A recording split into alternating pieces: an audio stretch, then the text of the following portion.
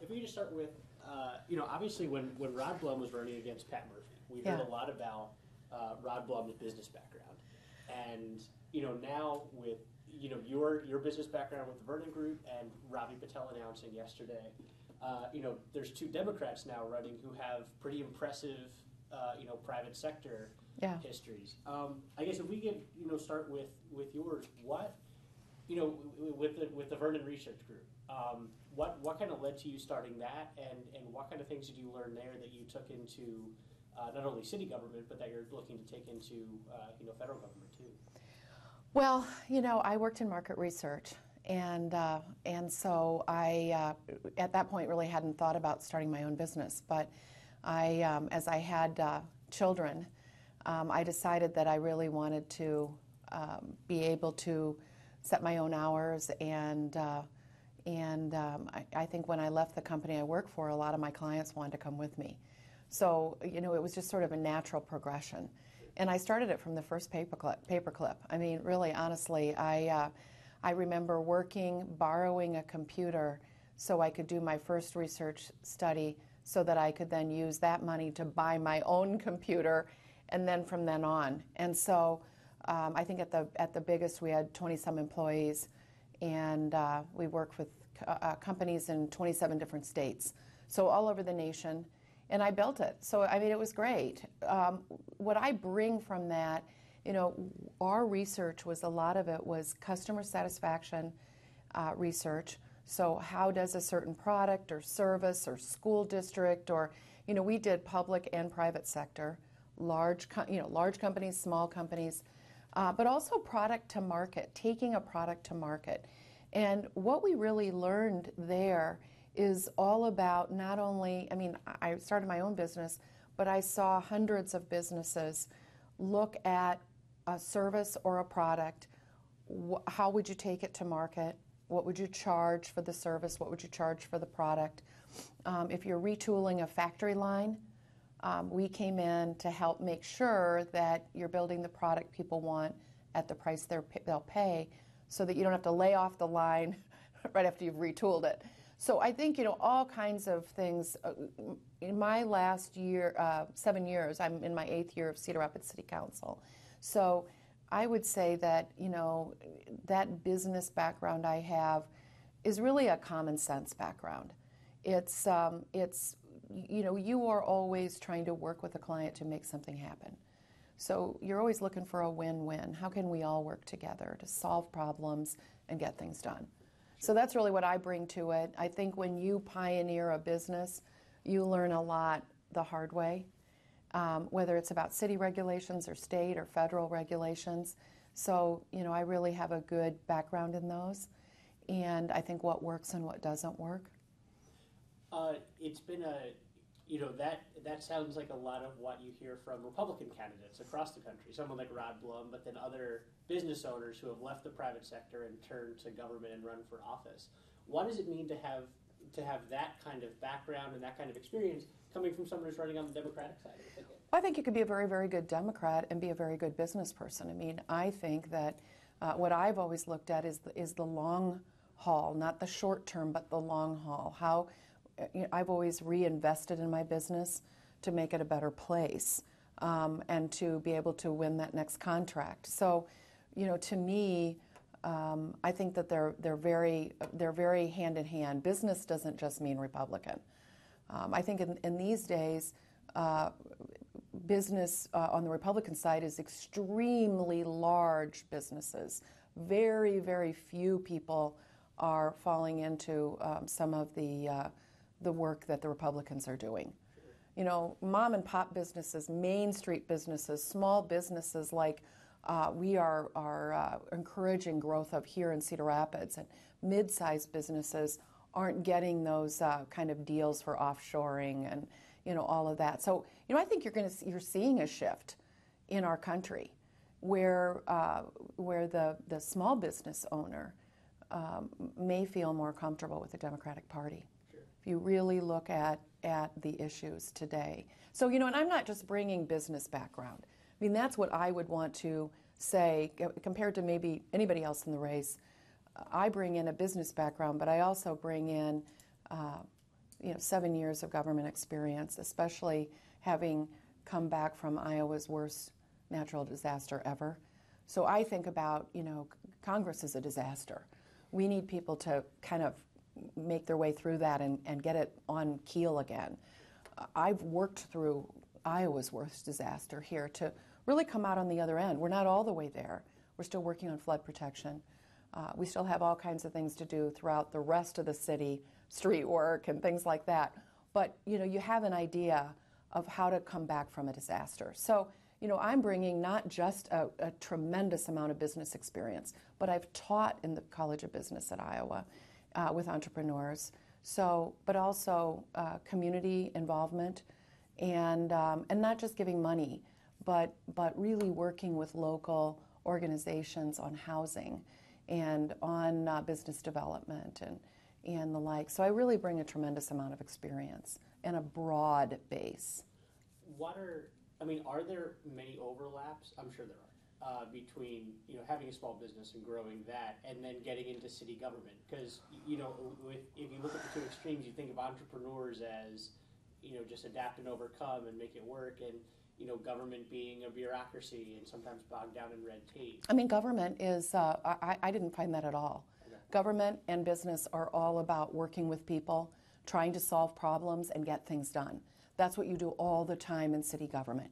You get a myriad of people to the table, people with very differing backgrounds, differing interests, and you say, look, in the name of this community and in the name of moving forward, how do we all get along? So, I'm running against Rod Blum because I think he's a real extremist. And I think that this district really deserves somebody who will work with all people, who will get people to the table to solve problems and get things done. I don't believe in being way over on one end by myself. Sure. I think it's real. So I think my experience doing that is just crucial here. And having done it on the business side, when you start from the first paperclip and you've got to tell people and convince all kinds of large and small clients around the nation that you can do this as a small business person, and you actually do it over 20-some years at the helm, that teaches you a lot. But it also teaches you a lot to be the mayor pro tem of the second largest city in Iowa coming back from the flood. So I'm bringing with me a tremendous amount of experience. Sure. The issues are really key, but we don't know in 2 years what the issues will be. We don't even know in 3 months what those issues will be. Sure. So I think it's important to get people who have a lot of experience, who you can trust, who you know how you can get a hold of them, they'll work with you. Sure. That's why I'm running. Does the fact that Rod ran successfully, obviously, on his business background make it a little bit harder? I know, he kept calling, people the Washington insiders, and he was the outsider. Does it make it harder to run with that same, trying to sell that part of your background more? Because not at all. He's already done, no? Yeah. No, not at all. Sure. Not at all. I mean, I think that, he's now the Washington insider, I guess. I don't know. But I don't think it makes it harder at all. I mean, I think about all the people in our district who own a little business or who would like to own a little business. So, I don't think of business all as one flavor, and I don't think of government as all bureaucracy. I think of it as communicating with people, finding what the problems are, working them out, just like you do in the newsroom, just like you do anywhere. I think that's a universal story. I don't think it makes a bit of difference at all. And, I have a lot of employees that will attest to the kind of collaborative work we did and how successful we were. Sure. And I also just wanted to touch on a little bit of the timing of your announcement in the middle of January. And I know, obviously that makes for a pretty long campaign season, almost an entire 2 years. I'm sure you've burned through these questions before, but why announce so early? And why, was it to kind of force the rest of the field, or was it, I think I looked at the first vote that our congressman made, which was to support a speaker from a very extremist wing of his party. And I knew that, and he was on the losing end of that. And I know that that's not good for committee assignments and even working within your own caucus. So I see him as someone who's very extreme and too extreme for Northeastern Iowa. And so, you know, I'm back doing what I set out to do. Boy, to talk to so many people, thousands and thousands of people throughout Northeastern Iowa, you know, it takes a lot of time. And I decided that to really do a great grassroots campaign and get to people throughout the 20 counties and throughout the different communities throughout the 20 counties, you know, that's a lot of work. And I love it, but it takes time. And so you don't want to, if you get out a year before the primary, that's a lot of time.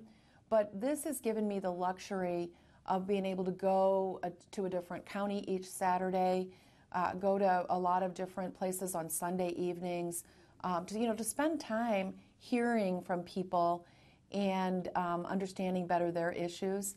So, you know, to me, it's all about the building the grassroots, and I think that this person is too extreme. So I'm with my original goal. How will that change the game down the road as you get a lot closer to the election? Having been able to travel so far over such a long period of time, is it less of a crunch right before? Or, I mean, obviously there's still going to be that crunch right before, but is there less pressure on it since you do feel like you can canvass the map so much more? Well, I think that there's always pressure because you're always working hard on an election, absolutely. But, you know, I went back to a community the other day and a woman said to me, you know, you're starting to feel like family. And, you know, that's an amazing feeling. And why is that? That's because I've come to events in her community and I've visited with her before and I've met her mother and I know who her daughter is. And, you know, there's that trust, and that's, I think, what Iowans want when they send somebody to Congress. They want to know that person, and they want to know and be able to trust that person, how they will vote, and also that they'll be available to everyday Iowans in between times. So I think that, you know, that, sure, it maybe it takes a little bit of that away, but, you know, it's just all about getting out and meeting people and doing the legwork. And I enjoy doing that, and this gives me more time to do that. So, you know, I think if you knew you were going to jump in anyway in June, this is a great time to get in where it's cold and windy, but great phone calls with people, great festivals are going on all over, and, you know, it gives you the luxury of time. So I'm glad I did it. I feel really good about being out early. And people have been really wonderful about it. You know, I've just had these heartwarming, you know, emails and phone calls and text messages, and I have a lot of support. You know, the Teamsters came out for me. A number of our elected officials all over the state have endorsed. So I think we're out to a really good start, and I'm really excited. Sure. I saw Jack Hatch came out for you as well today. Yeah.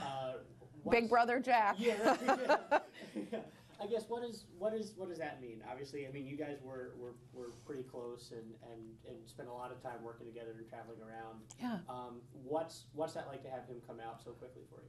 Well, you know, Jack's a great guy, and you know, I got to know him when he came here. He was the first person to build a commercial building after the flood here in Cedar Rapids, and so I got to know him on something completely different from the usual politics. I mean, he was actually a guy coming to the city saying, hey, I'll build some of the affordable housing.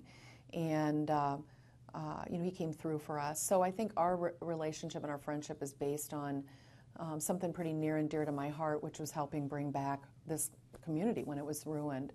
So, you know, it's just, Jack's a good guy. He cares about Iowa.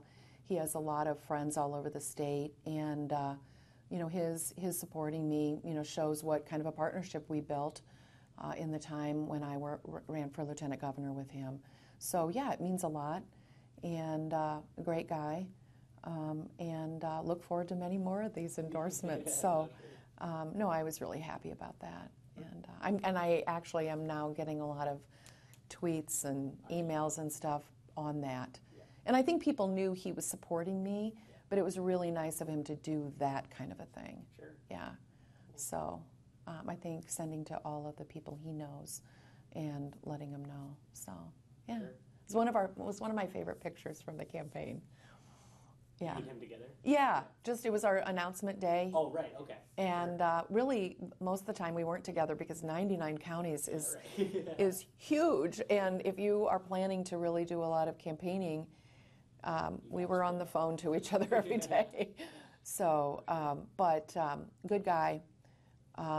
He's done a lot of great things for Iowa, and I think he'll stay involved too. And this is one way for him to do that. Yeah, right. Yeah, so I Well, appreciate it. Is there anything you think we missed or anything else to tack on? You know, I just, I'm excited about being out in this race. And, you know, I think people have asked if it's early. Boy, I don't feel like it at all. And the guy who beat me last time was out ahead of this when he ran. So, you know, I think the early bird gets the worm. You know, there's all kinds of things that, you know, old adages that you can do. But, you know, I'm one of those people that if there's something to get done, I don't push the snooze button. I mean, I jump out of bed and go at it.